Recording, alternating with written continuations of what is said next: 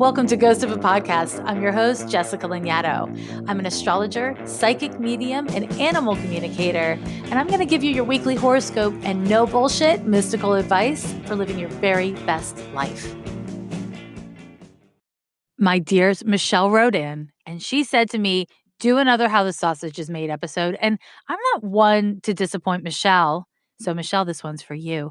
I'm going to answer a bunch of questions this week from different listeners. And the first one is from Body Talk. Body Talk says, the COVID-19 outbreak's shelter in place has really triggered my negative thinking around my body. I've had a history of eating restrictively and obsessively working out, and I've had periods of emotional binging and the shame cycle that follows. I was landing in a better place over the last year, but being stuck at home and unable to move my body as often as I usually do is really making me present to the fact that when I feel out of control, I want to use my body as a way to regain control. I find myself cooking and emotionally eating as a way to feel better, but then following that up with a negative spiral. I just wonder if this is reflected anywhere in my birth chart and if the tools to get through it are also found there. It's been a long time. I'm ready to break through this. Now, I have a lot of compassion for what you're talking about and what you're going through. I suspect that everybody who has any amount of addictive behaviors or addictive tendencies is experiencing those addictions at a much more heightened level. And whether we're talking about eating compulsively or binging or shopping compulsively, drinking, drug use, sex addiction, getting validation and attention from others. I mean, there's a million ways that we have compulsive and addictive behaviors as humans. Because we are all living under so much fear and loss of control, and for many of us also boredom or restriction, what's happening is our coping mechanisms are being engaged. Now, the way I just said that doesn't sound so bad, but when we don't have effective coping mechanisms outside of redirect, don't feel bad, feel something else, or don't feel bad about the thing I'm really out of control with, eat in a way that makes me feel less control or more control as a way to redirect my emotions. In fact, I did an episode about eating disorders. It was episode number 35. And it's definitely worth listening to if you haven't heard it or if you haven't heard it in a while. Now, I want to speak more specifically to your chart in just one moment, but let me say this. Fat phobia is real. And I see a million posts from people on social media about, oh my God, I'm going to gain so much weight and all this kind of stuff. Listen, friends, there are many unintended consequences of this shelter in place. And one of the unintended consequences is it is forcing us to look at our individual relationship to vanity and beauty and what other people think about the way you look. It is okay. It is healthy and appropriate for your body to change when your behavior changes, when your circumstances change. It is healthy and okay to gain weight. Now, maybe for some people in some situations, it's not healthy to gain weight. But for just as many people in just as many situations, it is not healthy to lose weight. So many of us are dealing with our bodies in a different way than we've ever had to before, as we are left alone indoors with our bodies and food and not a lot of physical action, not a lot of physical motion. And it is okay that your body reflects that. It is okay that your behavior reflects that. You want to figure out where your healthy place is instead of maintain what you were doing before. So, in regards to what you're telling me about body talk, you have a history of eating restrictively and working out, and then having emotional binging, which I'm assuming you mean is like emotional food binging. And I want to say, I mean, in your question, you cracked the code. You have figured it out. Your behavior with food has everything to do with maintaining control of yourself. You manage your emotions through changing your feeling in your body. You have a stellium in the 12th house. And the 12th house is the place of the subconscious. It is our mental health, our spiritual health. And you have also 6 planets in the 12th house. What this means is the way that you manage your sense of control in the world and in your body is by changing the way you feel.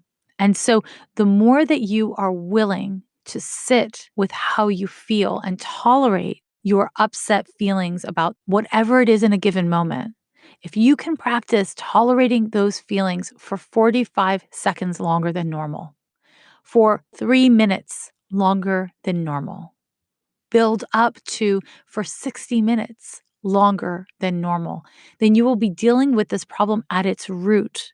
The past couple of years, you've been really working on this stuff. I see that you've been going through many Saturn transits over the past couple of years, hitting your stellium in the 12th house.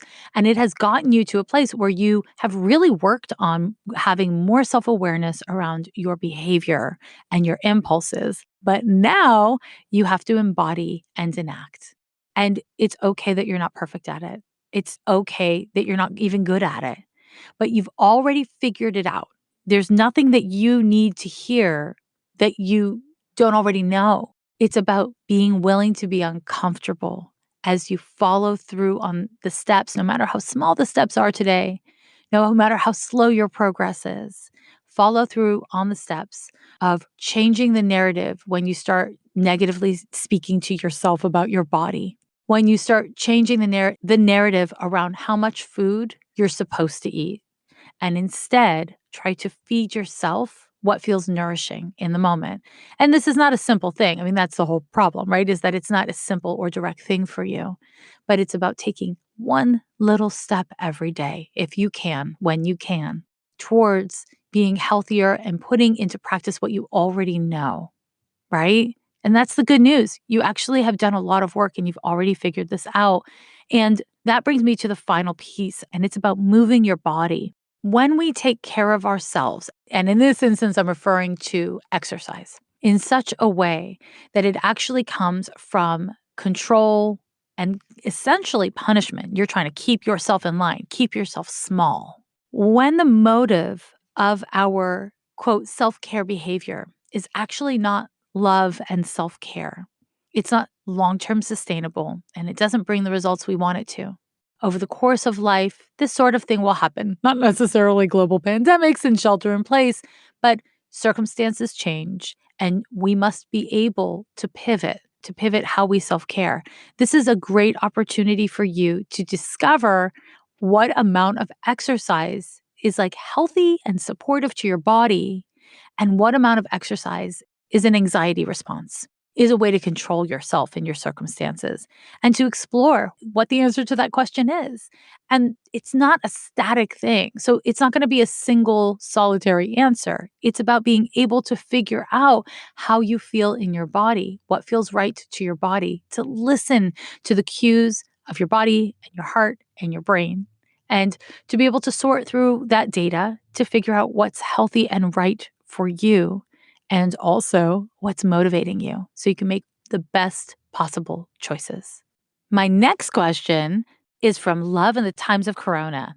And she asks, after a year of not dating to work on my own issues, I finally met someone I really like a month before COVID-19 started.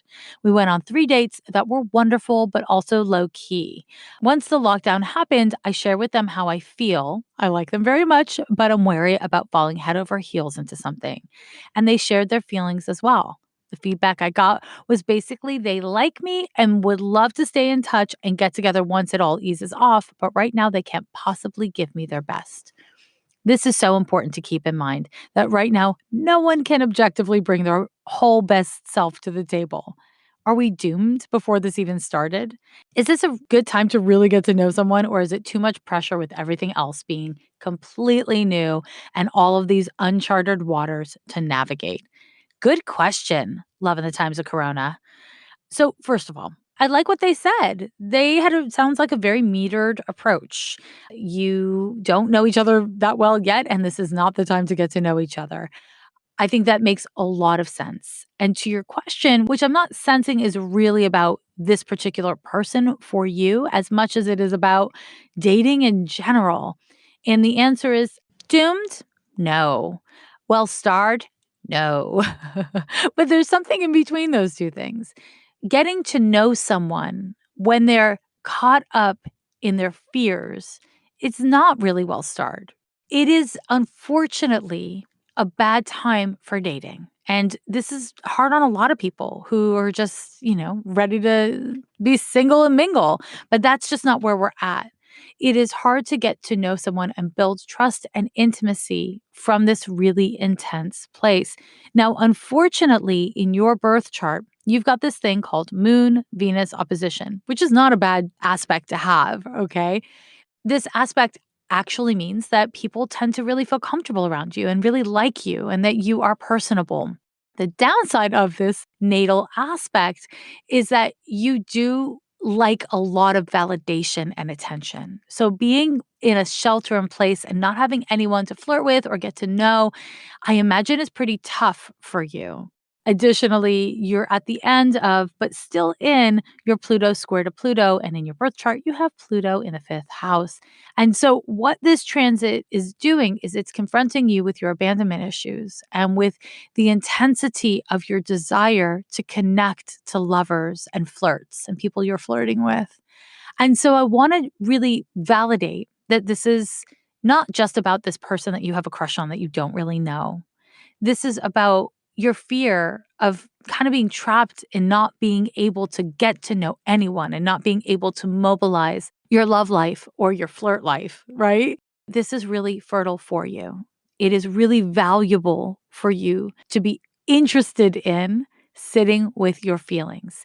If you have a taste for self help books, psychological books, anything that supports you in greater self knowledge when it comes to your love style, your flirting style, your innermost psychology, girl, go for it. This is your time. This is a great time to do this work.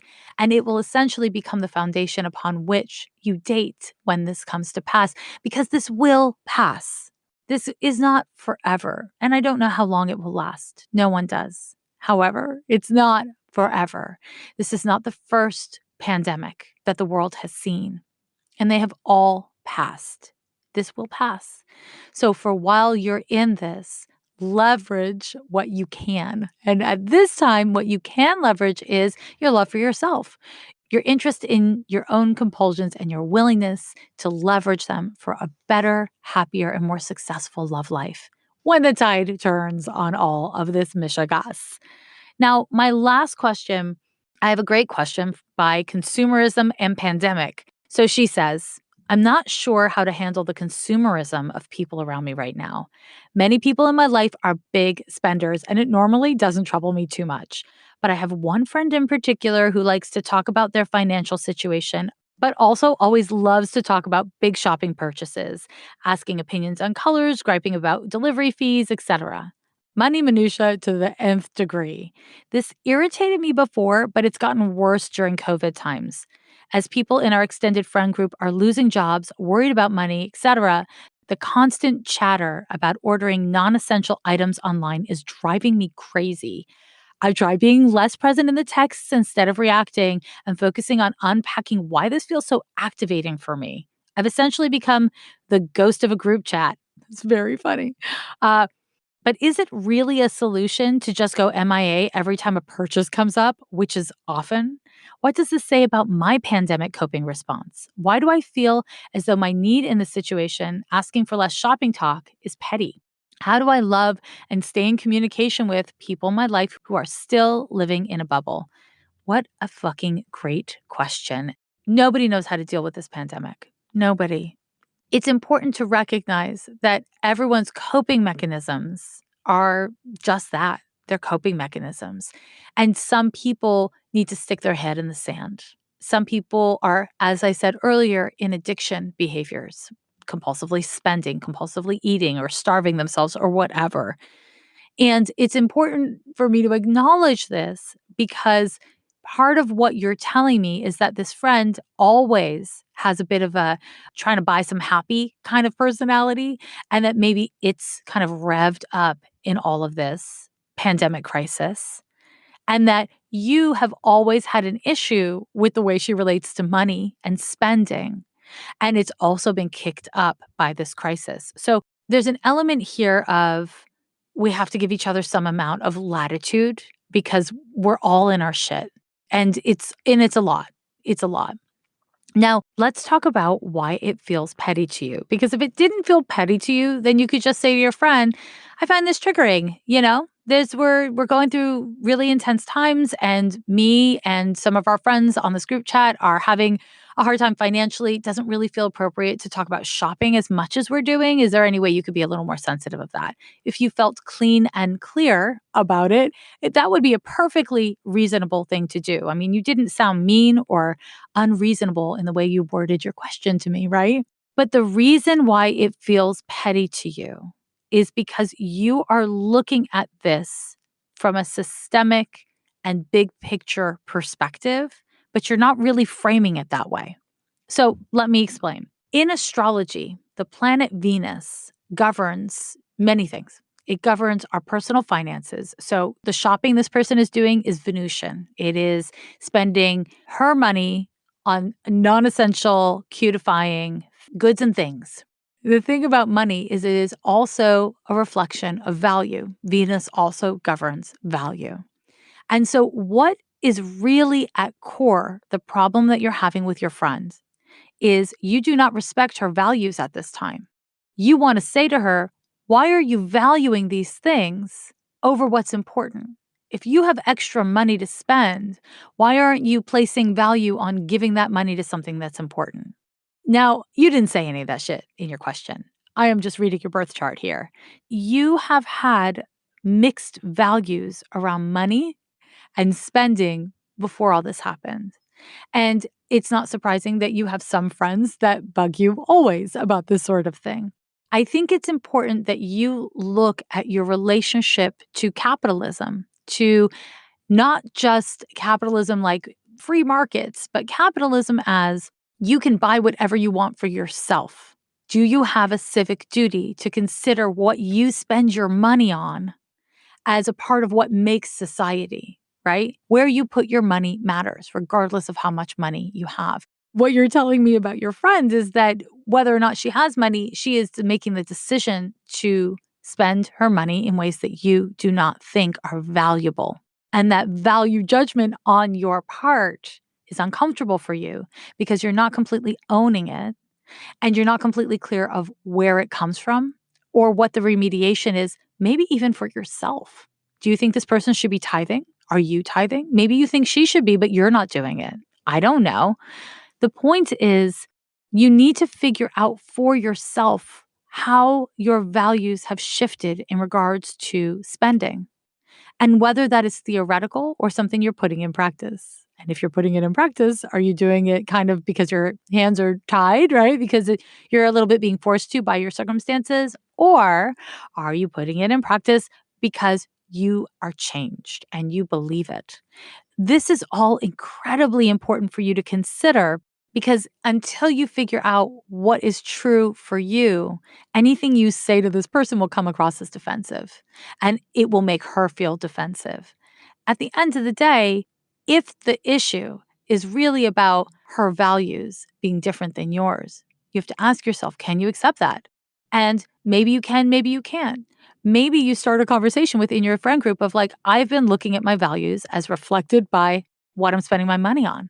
And in light of this COVID-19 business, right? And are you guys thinking about it that way? How are you thinking about it that way? Have a conversation. What you didn't say in your question is this person spending money on, yes, non-essential items, but is she buying non-essential items that support small businesses and woman-run businesses and all that kind of stuff? Or is she just buying terrible shit from a terrible company? Would that change how you feel about it? Would it change how you feel about it? I don't know. Listen, my tolerance for looking at selfies has dwindled dramatically, and I didn't have the highest tolerance for it to begin with, if I'm being honest. But it's okay that our priorities change as our circumstances have become more extreme. What you need to figure out is this a personal preference in light of where things are? Or is this an actual shift in your values? Or is this a situation where you're seeing somebody else's values and you just can't get behind it? It is an important thing to know with anyone that we're close to because when we have different values, we can get along. but we are likely to offend each other from time to time, at the very least. And if you want to invest in this friendship or in this group of friends, you're going to have to figure this out so that you can figure out how to talk about it in a way that isn't judging or condemning or moralistic, but instead sharing where you're coming from so that you can kind of be like, oh, and now I'm realizing that I have a change in my needs and this is what I need. I need to not talk about stupid shit as much on group chat. Let's talk about, stupid shit I enjoy more or real things, right? Now, my friends, keep on sending me your questions because you know I love them. This is a really overwhelming, upsetting, scary time. And the more work that you can do to get into your heart, to honor your feelings, to explore your own triggers and compulsions, and to keep yourself and your community safe. At least at that point, you are leveraging the very best potential of this time. Continue being kind to yourself and others. This is an update on the Wet'suwet'en Nation's fight to protect their territory from pipeline construction. The spread of COVID-19 has drastically changed the way that solidarity action can take place. In February, we saw thousands of people rally in support of the Wet'suwet'en land defenders. Now everything has moved online. The latest call to action is asking for you to help put pressure on Coastal GasLink to ensure strict safety standards for transient workers. Their continued arrival on the territory places small nearby communities at risk of COVID-19 exposure. Please visit their social media. Their Instagram, their Facebook, and Twitter handles will be in the notes. Keep sharing and keep checking in for updates. Thank you and stay safe out there. Are you having trouble sleeping, focusing, or relaxing? If the answer is yes, then TM Soft's White Noise Sleep Sounds podcast has got you covered.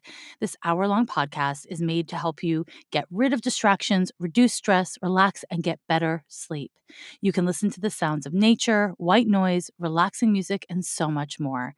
You can check out the TM Soft's White Noise Sleep Sounds podcast on Spotify or wherever you listen to your favorite podcast. You probably already know by now that I record Ghost of a Podcast on Anchor, and I do that because it's the easiest way to make a podcast. It's free, and there are creation tools that allow you to record and edit your podcast right from your phone or your computer. Anchor distributes your podcast for you, which is super convenient. It can be heard pretty much everywhere from Spotify to Apple Podcasts and across all the platforms.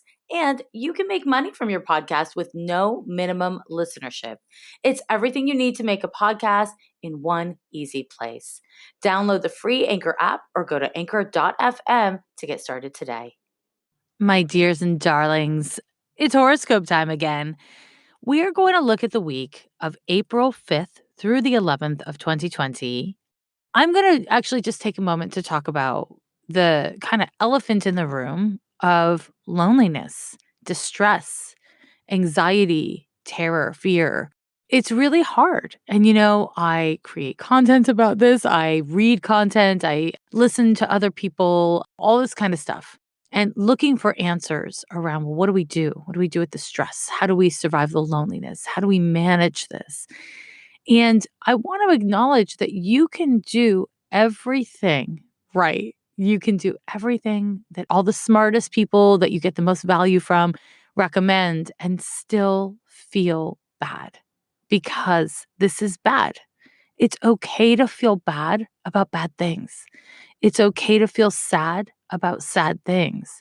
And part of what we are being confronted with is a somewhat impossible situation. It is unrealistic to be super chill and not impacted by current events. If you are feeling overwhelmed, if you are feeling emotional, if you're feeling anxious or scared, part of what this is an opportunity to do is to develop better coping tools for those feelings. And it's hard because most of us want to disassociate, or we don't even think, I want to check out, I want to disassociate. We just do it. We are wrapped up in our addictions, whether that's physical behaviors or mental behaviors or emotional behaviors. So, what I want to encourage you to do this week and moving forward is to let yourself have feelings. So, whether you have your physical health or you're struggling with COVID-19 or some other health condition, I want to encourage you to find ways of centering in your body and being grateful for what you do have, but also validating and experiencing your stressed out or frightened emotions. And to give yourself permission to sit with those feelings and to be in those feelings without distracting from them and without fixing them. This is very difficult to do, but it's an invaluable skill for all humans to cultivate. And unfortunately, this is a crash course for all of us all at once. Doing constructive things, maintaining your physical health, your mental health, maintaining your home. Many of us are still working, maintaining your work. All that kind of stuff is essential. But if the foundational component of your own relationship to yourself, your own willingness to experience your own emotions, if that's not in place, then you might find that you're in some sort of like games of chutes and ladders, just really having really, really low times and really, really high times and having a hard time navigating your own emotional landscape. And your emotional landscape is yours to manage. It really is. And none of us know how to do this. None of us know how to do this well, but you want to try your best based on where you're starting from. That's the move. Okay. Now, all of that said, of course, we start off this week's horoscope with a full moon, right? Because emotions are very much up and in the air. If you didn't catch episode number 95 that I dropped midweek on the moon, I encourage you to check that out. And of course, know that I'm dropping midweek episodes now with little astrology hot takes. I started off with Saturn and then I went into the moon because these two planets are big players when it comes to security issues and our sense of safety in the world and in ourselves. And that's been really triggered. Now, this particular week on the 7th, we have a kind of potentially explosive full moon in Libra. And it's happening at 7:35 p.m. Pacific time. Full moons always occur when the sun and moon are exactly opposite each other. So because we're in Aries season, it's a Libra full moon. And full moons are a time when things kind of come to a point of crisis, when emotions rise to the surface and demand to be dealt with because the sun is your identity and will, and the moon is your feelings. It's your inner world. When they are opposite each other, they create a conflict. And oppositions are often associated in astrology with projections. So full moons can often be projected out onto relationships, onto me versus you. Now, certainly, when we're looking at the tension between Aries and Libra, we are looking at the tension between you versus us or me versus us. It's not the easiest full moon because it's so relational. It's so much about my needs being in conflict with the needs of the relationship or what I perceive to be your needs. And in particular, this full moon comes with a Mars square to Uranus. So we have Mars in Aquarius, square to Uranus in Taurus, and they are both at late 5 degrees. So here's the thing. Here's the damn thing. The full moon in Libra wants us to look at essentially what are the right ways of mobilizing our individual selves as a way to actualize and engage our relationships. So, this full moon on its own is a really valuable time for relating and for looking at how you are relating to others. What are you giving? What are you not giving? What are you withholding? How are you showing up? How are you not? Now, because of this Mars Uranus square, it creates an egotistical tension between what's mine versus what I want more of. It's not an easy square, my loves and friends. You may find yourself chafing at restrictions, feeling trapped, feeling frustrated, feeling impulsive or restless or irritable. This transit, Mars Uranus square, can bring up arrogance and obstinance. It makes it so that you want change so badly that you get rigid, that you don't want to change any damn thing. This could manifest as either you feeling that way or you having to deal with somebody else who's feeling that way. And I'm talking about it on a personal level at this moment. I'll unpack it a little bit in more of a social level in a moment. But in the context of your personal relationships, this full moon can be really explosive. You may find yourself having fights and saying things that you've been thinking but known better than to say out loud. This transit is not good for managing your impulses. Uranus has no impulse control. Mars has no impulse control. In particular, Mars in Aquarius is just like, I deserve it, so I'm going to do what I need to do. And then full moons, they don't per se make us impulsive, but they make us so emotional that things kind of bubble up from there. The combination of all of this can find you or someone else acting like a huge dick. Nobody in this context likes a huge dick. So, my advice to you around this period, around the 7th, look at your ego. Seriously, look at your ego. Because when one is uncomfortable with experiencing and expressing their ego, what we tend to do is fall into panic or victimhood. And what this transit is likely to do is bring up your ego in intense ways. So, if you're not a person who's comfortable expressing your ego, you might feel victimized. You might feel incredibly anxious or emotional and not know why. And I want to encourage you, if those feelings emerge, to really look at, are you pissed? Do you feel trapped? Do you feel stuck? Do you feel like you don't have any options? Because if that's how you're feeling, then your Mars needs better expression. The tension between the Aries sun and the Libra moon is really rattling you. If you have a more assertive or aggressive nature and you're comfortable expressing your needs, I wouldn't encourage you to do that without consideration, I guess is the best way to say it. You are not the only person in the relationship. You are not the only one. We all have needs. We are all compromising all the time. Now, I don't know your situation. Maybe you are in a relationship with somebody who's not compromising at all. Chances are they don't think that's true, even if you think that's true. If one has a healthy ego, then we can see our part, our needs, and see other people's part and needs without having to cancel one out for the other. The truth is complicated. Relationships are complicated. And honestly, all relationships require compromise. All of them. The best ones require compromise. The healthiest love relationships and friendships and roommate relationships and family relationships are annoying. Everybody's annoying. You are annoying. I can promise you that. I am deeply annoying. I can promise you that as well. We are all annoying. That's okay. That's not a value judgment thing. It's about being able to recognize if you're feeling trapped, then the people you're around are probably feeling trapped.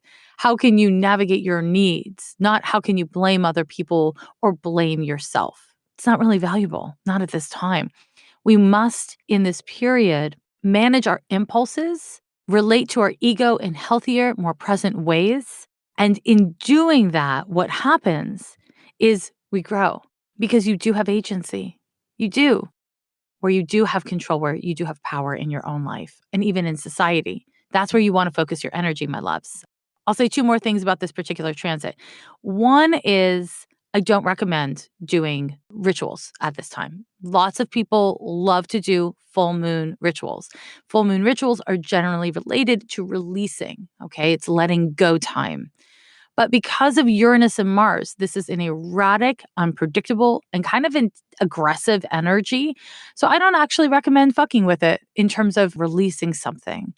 If part of your spirituality and your self care is oriented to do rituals with the full moon, may I recommend having boundaries with yourself be the ritual? Having boundaries with yourself is very difficult. It's also foundationally essential for your wellness. So explore what that looks like. Do some research, watch a TED Talk, read a book. How about a blog post? Follow a hashtag boundaries. See what happens. Explore it and figure out for yourself where you need to have better boundaries with yourself around any of the feelings that I've been talking about or in general in your behavior at this time. Now, I will say that during this transit on the 7th, Mercury is also forming a sextile to both Pluto and Jupiter, which strengthens your capacity to leveraging this transit if you decide to. And it strengthens your capacity for having boundaries, again, if you access it. Now, finally, one last thing I want to say is about the social implications of these transits, okay, of the Mars-Uranus happening with the full moon between Aries and Libra. The downside of these transits on the 7th is that it can coincide with rash, impulsive, egotistical, selfish behavior that hastens the spread of something. And I say hastens the spread because of Mars and Aries are both, they're fiery and they go forth. They go forth quickly. And what I want to say about this is what I've been saying every week. Be very conservative with this highly contagious virus or disease that we have spreading around, okay? Be really conservative. This is not the week to be like, fuck it. I'm just going to go do whatever I want. This is the time to take care of yourself and understand that by taking care of your own health, you are taking care of your community. We may see things from people, in particular men in power, that seem like they came out of nowhere and are with no forethought. And if that happens, honestly, the results are going to be hard to predict. Whenever Uranus is involved, it is hard to predict what will come next. Uranus is the planet of surprises and unpredictability. I wouldn't encourage you to be deeply invested in your reactions to whatever it is that happens or that people with power do at this time. What you want to do is continue to watch. Let it play out for at least 72 hours before you come to your solid conclusions or you go online and write a lengthy response. If you can, sit with your responses. Let this play out because whatever it seems like is happening is not necessarily what is happening. And make sure that you are being, a concerned citizen.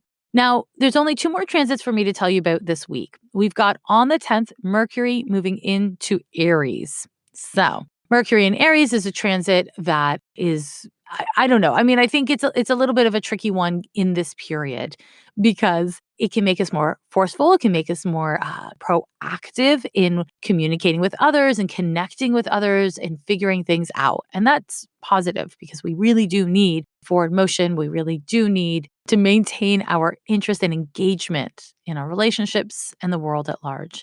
Now, unfortunately, it can also increase reactiveness. It can also intensify our defensiveness as we just want what we want. We want to figure it out. I need to talk to somebody right now. If I can't talk to someone right now, I'm just going to be really annoyed.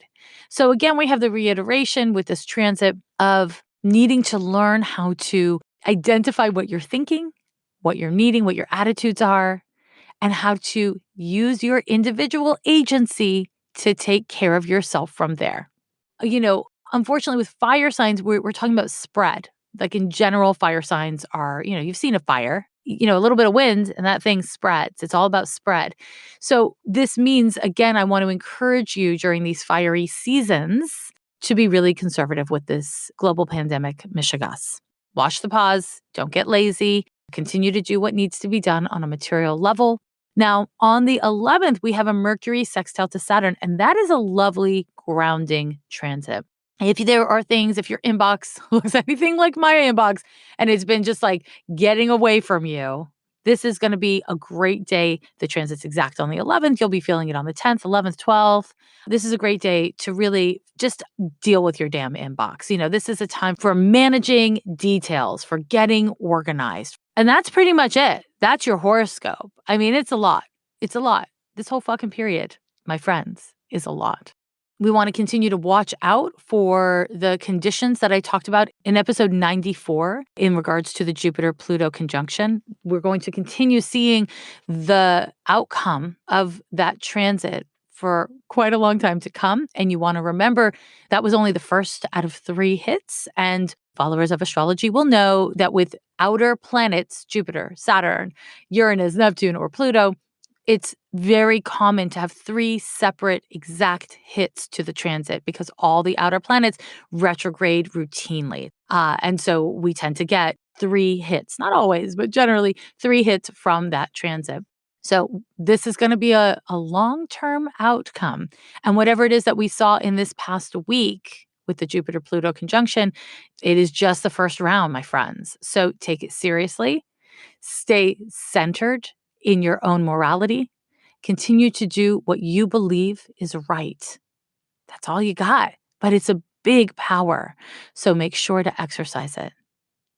My loves, I thank you once again for joining me for another episode of Ghost of a Podcast. As always, if you like this show and you get value from it, please join me on Patreon, where I have special member benefits, the most recent of which was an almost 45-minute long tour through the court cards of the tarot. Yeah, I did a video. That's right.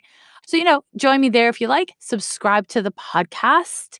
Wherever you listen to it, write me reviews, 5 stars, all those kinds of nice things, and keep on doing the work.